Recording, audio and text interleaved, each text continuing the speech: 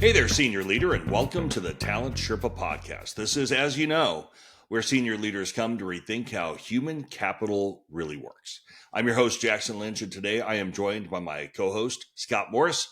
He's a former CHRO and the current founder of Propulsion AI.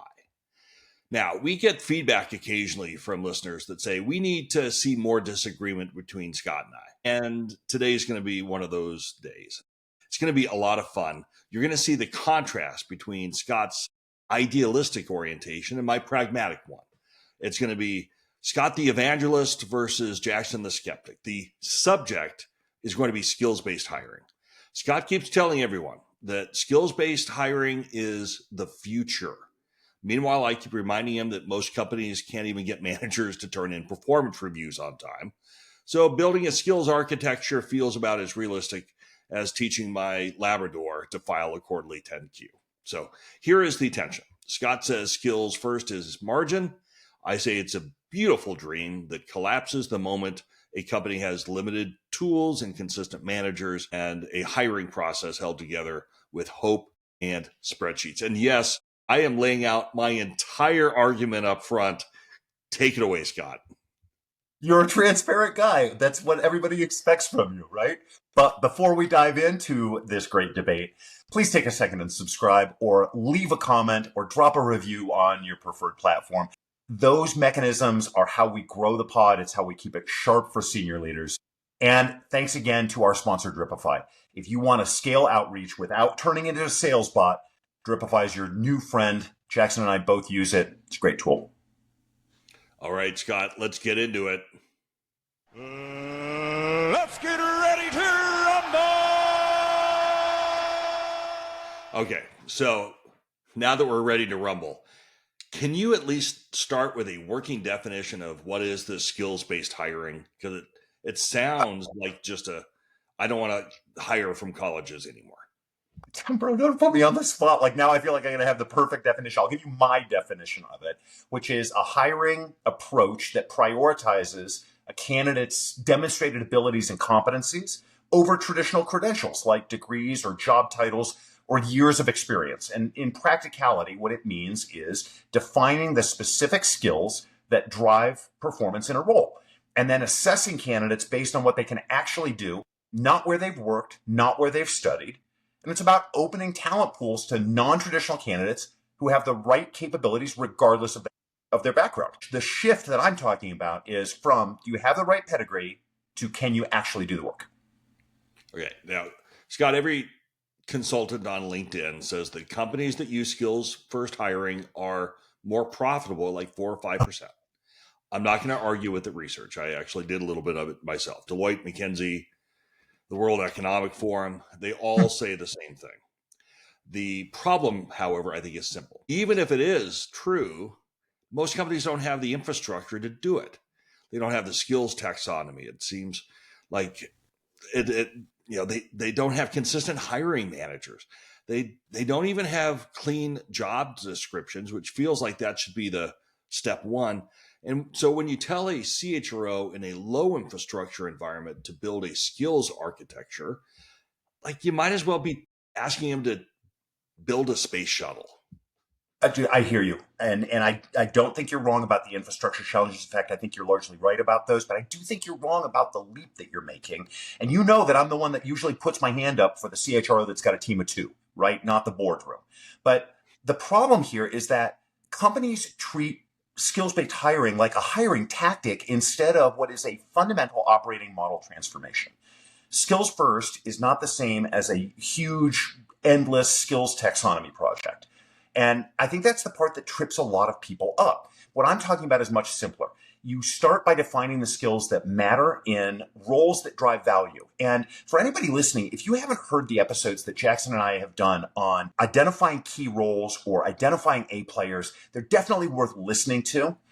You find roles that have outsized impact, and you don't need a huge competency library that takes you 3 years to build. You need clarity about what top people are already doing.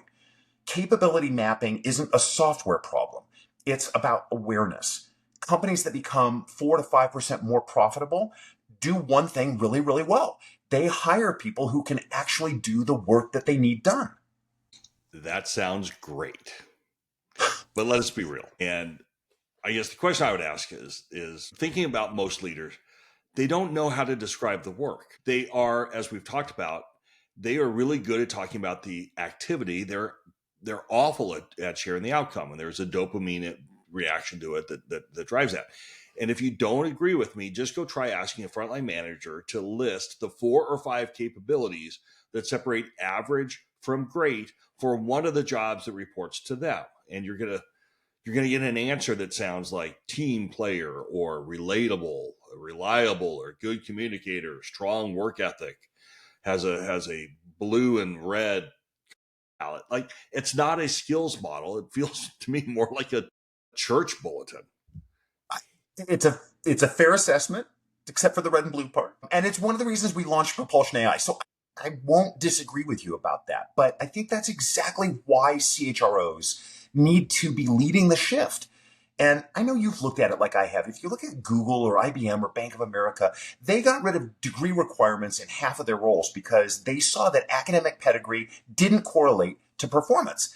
And companies like Accenture, where they're moving talent around a lot, built lightweight skills models that help managers see internal capability with far more precision. So I'm not talking about building like a NASA control center, God forbid. I'm talking about building a map, and a really simple one. But I keep coming back to the operational burden. And I was interacting with some folks on LinkedIn earlier today, and someone said, I think sometimes HR leadership will overcomplicate things. I'm like, oh my God, that is the first I've ever heard of this. Like, even if I agree with you in theory that the administrative overhead is achievable, it is still very, very real. So Cornell, by the way, pegs a cost of losing a top performer at 200% of salary. So I totally get the economics. But when a CHRO is running lean, they're overwhelmed, they're buried in tactical work, telling them to build a skills framework when candidly, most of the time they're just happy to get like notes back from the interview. It feels like asking them to someone who's drowning to learn how to swim and teach others. I just think it gets buried on itself. It's a fair point, but of the many things that I've learned in the conversations that you've had, you've got to lean toward the things that create outsized value. And I think that skills first is the life raft, right? Hidden internal talent walks out the door in a lot of companies because they can't be seen. In fact, McKinsey supports that and reports that underutilization and lack of visibility are the number one reasons that top performers leave companies. Not pay, not burnout, it's visibility. And, when you build a simple skills lens, even a low infrastructure one, which is what, people without bandwidth are going to have to do, then you stop the $500,000 replacement cycles. I don't know whether you stop blind turnover, but you certainly reduce it. You start reallocating talent faster. You start reducing time to full productivity. That saves you time in other areas. And I have learned so much from you about framing HR arguments in terms that the CFO hears. That's why I keep saying this is fundamentally about margin. I like the way you argue by flattery and then bringing it back into a poignant point that it makes it hard for me to disagree with. I would argue, however, that our friends at McKinsey, I bet they have a solution on how to build a skills architecture, because the notion that the reason why people are leaving companies are because of visibility and skill underutilization goes against everything the Gallup organization has been teaching us for years, that people see the organization through the eyes of their supervisor and they leave or stay as a result of it. And I will go to my grave believing that is a higher piece. And more to that point, I don't think that most companies are falling behind or failing because they lack a skills model. I would argue they are failing because they lack clarity. And if you want skills, that's great. I want operational simplicity with it. And that's where the debate sits. Because if you can't start from a place of, I know what I'm solving for, everything that comes downstream from that is just going to be non-value added garbage, even if really well-intentioned and trying to speak to the good that is in all of us. I just published a blog that says your leadership development program is BS. And a part of the reason for that is I don't think it focuses on the right things. I can't disagree with you on the clarity, man. Like I'm with you. I don't think exclusive is my point. Well, of course it's not exclusive, but let's maybe get into some of the details around the why do you think degrees guarantee capability is the argument that I hear on the skills-based hiring piece. Look, guarantee, like nothing in interviewing guarantees anything. Okay. This is a matter of increasing your odds. If you were to do a behavioral-based interview, the R-squared to predictive performance on the job is like 0.17. Which if you do the math right, you flip a coin twice and you only hire them if they come up tails both times. You're going to have a better predictor of success doing that. It's like completely random because of the issues up front with setting clarity of what you're evaluating against. But I would say that there is a proxy in play when you talk to people from different schools and you look at degrees. It does give you a way to fast forward and answer some questions during the interview. If I went to school A versus school B, you can reach some conclusions from that. It's not the end all be all. It's not something you stop looking at anything else, but it does give you more confidence that if I went to Ivy League school, I probably have a little bit more candle power than if I went to Podunk State School. Well, it's a bad proxy, Jackson. And I would change one word in your sentence. If you went to an Ivy League school, you might have, not probably have, you might have. Education correlates really weakly with job success. But there's a better predictor. It's cognition, right? That intelligence tests predict future job performance far better than academic grades and definitely better than the school you went to. You and I both love predictive index, and that's why they built a cognitive test into their tool. Yeah, I've added, gosh, what was it? The Wonderlic we included in back a while ago. And I will tell you this fun story because my director of talent acquisition was really nervous and fighting it. I said, okay, why don't you go take it? And so she takes it and we get the response back and like, she's absolutely bloody brilliant. And I'm thinking, I don't think that's what I would have guessed. So I went in and I said, apparently you're a lot smarter than most of us thought you were. And she said, no, I let my wife take it. Wow. True story. Wow. No, you can't make that. I could make that up. And hopefully she's listening. And if so, it's nice to see you. Let me maybe go into the second question. Is skill mapping a burden or a business tool? Because I think it becomes a burden when you lack the systems, the tools, and aligned leaders and things that we've been working on for 50 years since 1954. Peter Drucker, the practice of management. We don't do performance management well, and we're getting worse and worse and worse and worse and worse. Like, how does this make it easier and more effective? So, one, you're in my head a lot with something that I didn't spend a lot of time thinking about until you and I started having conversation. That's talent density as a metric. What's our approach there, right? Start with 5 roles that truly create value and work backwards. And that's the same approach that makes skills-based hiring a tool, not a burden. It's not what it is, it's how you get to it. Okay, and let me also then push back on your, do people leave for money or underused skills? I'm sorry, money still matters in turnover decisions. Well, I know you're going to say that McKinsey's just writing articles because it serves their economic purpose, and maybe you're right, I don't know, but the McKinsey data is clear. Skill underutilization outranks comp. It's I don't know whether it's the top reason that people walk, because I think you might be right about that on clarity, but it is certainly a top reason that high performers walk. Yeah, I think we are recording this in November, even though it's going to come out in December, and the jobs data just came out, and it was 4.4% unemployment, which I think is, by the way, the wrong way to look at it. It should be underemployment and participation in the workforce. And if you look at that, we're in the 6, 7, 8% range and have been for quite some time because people have basically given up. If you believe that, and you're nodding, so I'm going to assume that you believe that as well. Like, how do you square the circle between people leave for skills underutilization and there are a lot of really talented people out there trying to find jobs? Yeah, I mean, we could do an entire episode. We probably should do an entire episode on that because you're raising a really good point about underemployment. But there are a lot of reasons for that. And I mean, we can look at talent acquisition practices and ghosting of candidates and ghost jobs that are out there and the like for why people, take the first thing that they can find. I don't know. I don't have a good answer for it now. Let's do a pod on that. Well, then let me hit you with a question since I clearly stumped you on that one.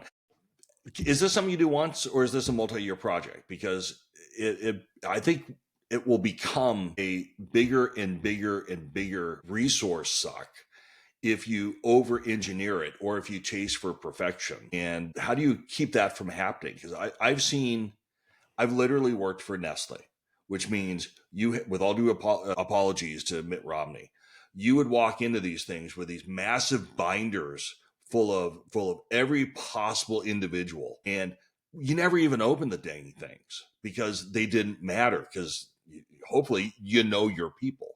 But it was this bureaucratic process that added almost nothing to the conversation and nothing to the outcome.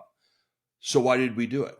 Well, because someone in HR actually had a life ambition to ruin weekends of HR business partners, and they successfully allowed us to do it. So, like, how do you keep it from being this force upon itself? Well, like usual, you put your finger on what I think is the question. And it's the one that is either going to get you a good result or a bad result. But the fact is, we can't say it's going to fail because we don't have any infrastructure and then say, but we don't want to put the effort in to build infrastructure. I think about what Jean Pelletier, who's the VP of Global TA at Schneider Electric, said. She said something along the lines of, look, we realized if we waited for things to be perfect, we would never start. And so while we've learned things along the way, we just started it. And we embraced progress and not perfection. And I think that's the mindset that we've got to take is, read the research. Is there enough there for you to believe that focusing on skills is going to get you a better result? And if the answer is yes, then don't let it be a 3-year project because that is not going to serve anybody, right? It becomes a 90-day win if you start with a single function and build clarity around what good looks like, if I can steal your point. I agree with you. So it seems like I won the debate. This is good. So I'm going to win through flattery, and you're going to win by coming in right at the end and saying it's about clarity, which I guess I agree with you. I don't know. Maybe you did. Maybe you did win it. Let's we still have another 10 minutes of the pod, so let's move into the next section. All right. I'm not going to concede yet. What if it's not an HR program? What if it's a lens for business performance? What outcomes are we losing because we can't see capability? Well, to answer your question directly, I think we lose speed, but we lose it in every direction, not only just in hiring. The clarity matters. I'm not sure that the skills-based hiring is the, I think we're combining two things at the same time. You need clarity, period, full stop. If you are going to do skills-based hiring, you need even more clarity up front because it is beyond just the outcomes, but it is all the architecture that comes on underneath of it. And like but that's kind of my point is that you can build small scale models that allow you to see skills. And when you do that, internal mobility increases more than 20%. And MIT confirmed that. Let me shift us to a different question. Yeah. Where's hidden talent sitting in the company today?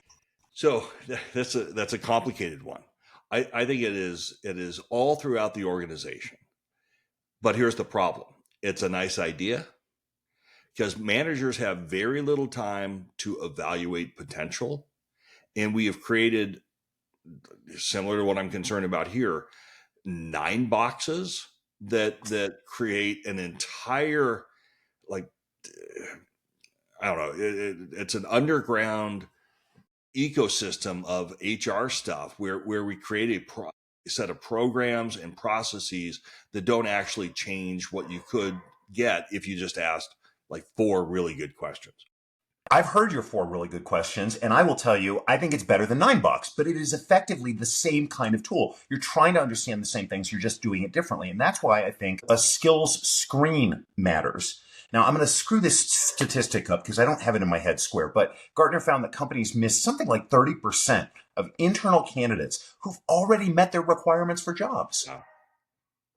So let me ask a different question. How much margin, if you don't mind me coming back to my point, do you think is trapped in external hiring?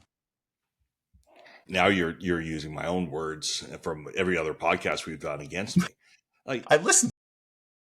well, somebody should. Every single time you can hire internally, there are multiple benefits from it. But like everything in life, there are trade-offs that are associated with it.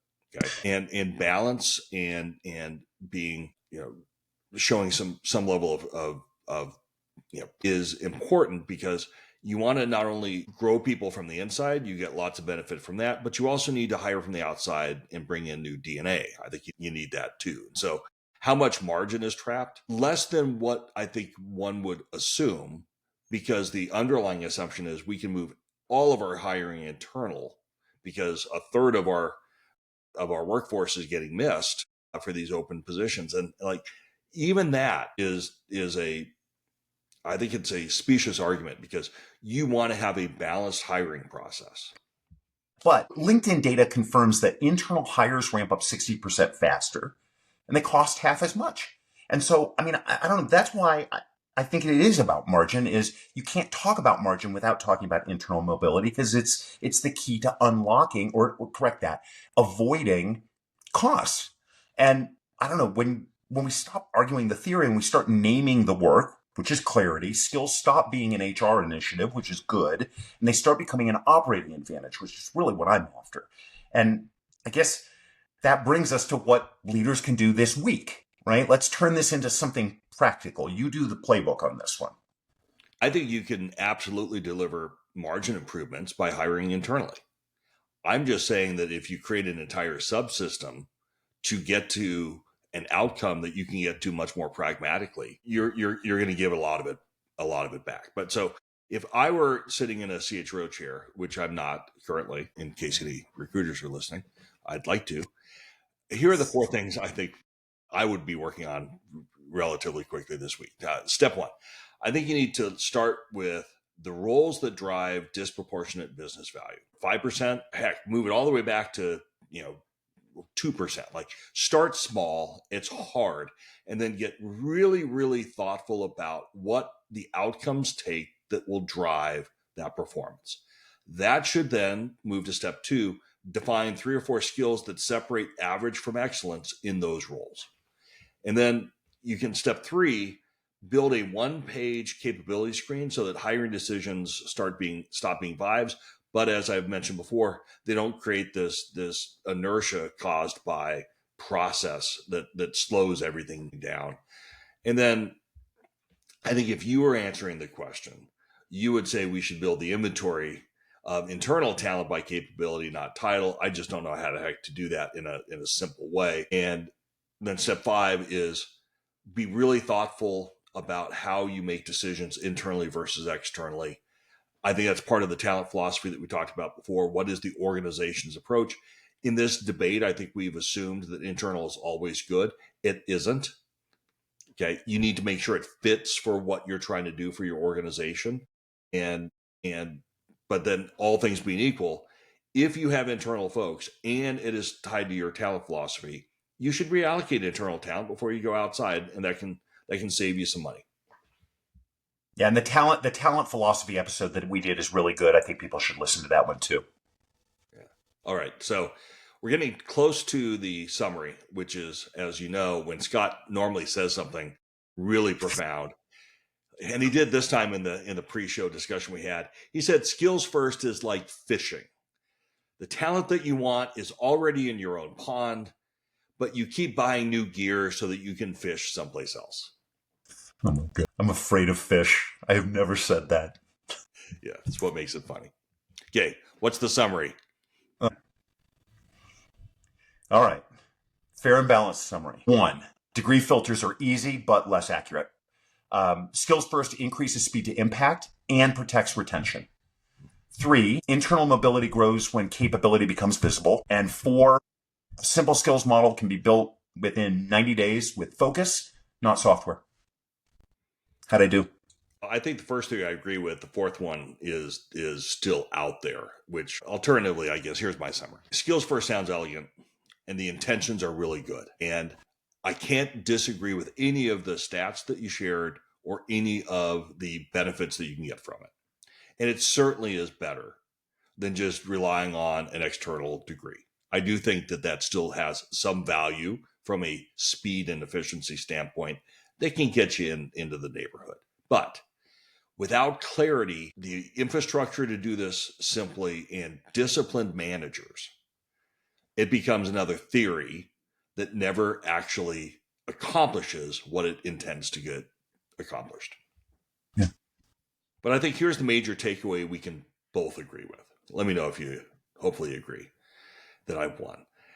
When you build the ability to see skills clearly, you can build the ability to deploy talent with precision. And if you want skills first to create margin, you got to start it with operational simplicity.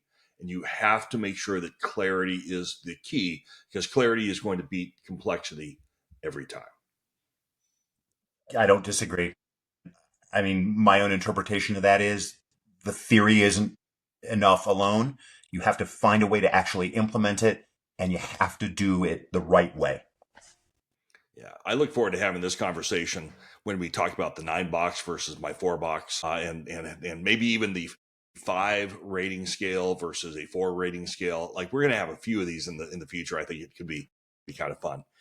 But until then, I just want to thank everyone for tuning in to the Talent Sherpa podcast. This is, as you know, where senior leaders come to rethink how human capital really works. This is so much fun to do with y'all, and I just really appreciate it. I want to give a quick shout out to one of our favorite listeners. Hello, M. Ellen. I don't know you, but it's M. Ellen. But you did make reference to us in a different post that went viral earlier this week. Again, this is in the middle of November. And I just want to say thank you for giving your network a shout out about the things that she learned from the pod last month. I just appreciate you being a part of the Talent Sherpa community. You know, we hope that Jackson and I are creating content that is thought-provoking and insightful. And if that's true for you, take 1 minute right now and just hit the subscribe button. We're on Apple Podcasts, Spotify, YouTube if you want to see what the two of us look like. We have a goal of building 1,000 subscribers by the end of the year, and we need your help to get there. But subscribing helps the algorithm share the content with others. And so subscribing not only makes sure that you never miss an episode, not only helps us, but you might be helping a CHRO or a CEO colleague who could benefit from it as well. And thanks again to our sponsor, Dripify. If you want outbound that feels human and stays on brand, Dripify gives you reach without losing your integrity. You can learn more at www.try.dripify.com/Talent Sherpa. The Talent Sherpa is really important. We've got a link for you in the show notes. It lets them know that you found them through us, and that there's some benefits to us, and I think might even save you guys some money. So that would be great. And look, we have also been talking an awful lot about clarity on the last several podcasts, and I've probably been remiss because I kind of script out what the ending tagline might be, but we should pay attention to this. The whole thing that we're talking about is, what Scott's company is designed to do. Propulsion AI helps build clarity, and they do it in a way that minimizes the operational oversight and administrivia that's tied in with what normal HR people will do. Like, if you could build something similar for skills-based hiring, that would work well. And once again, prove that I won the debate. But I would invite you, please, to go check them out at www.getpropulsion.ai. They are, in fact, building a team of AI teammates to help human capital leaders focus on what's important to the business, and equally important, help you drive clarity into your systems from which all good human capital work flows. Thank you, Jackson. I appreciate that. And I said it in the last episode. I'm going to say it again. I've learned a ton from you, man. And I'm a really experienced CHRO. If you are a emerging or a new CHRO, you got to know that Jackson works with people like you to accelerate your impact. If you are tired of white knuckling it by yourself, head on over to www.mytalentsherpa.com. You're going to find a curated set of resources that Jackson's put together specifically to help you navigate, elevate, and deliver results from day one. You might even get to be in contact with him directly. That'd be great. I'd love to work with you. So thanks, Scott. And thank you to everyone who is listening. A quick show note and a reminder, we are going to take a couple of weeks off for the holidays. So this is going to be a great time, if you've missed any of the 97 podcasts that we did this year, to go back and catch up on previous episodes you may have missed. And we're looking forward to kicking it off again in January. We have kind of the first quarter's worth of materials come up. We have guests that we're going to have joining us. We have some provocative topics. I think we're going to have the great 9-box debate, which I will also win. And I think 2026 is going to be a lot of fun. So until next time, keep raising the bar, keep hiring for real capability, and keep on climbing.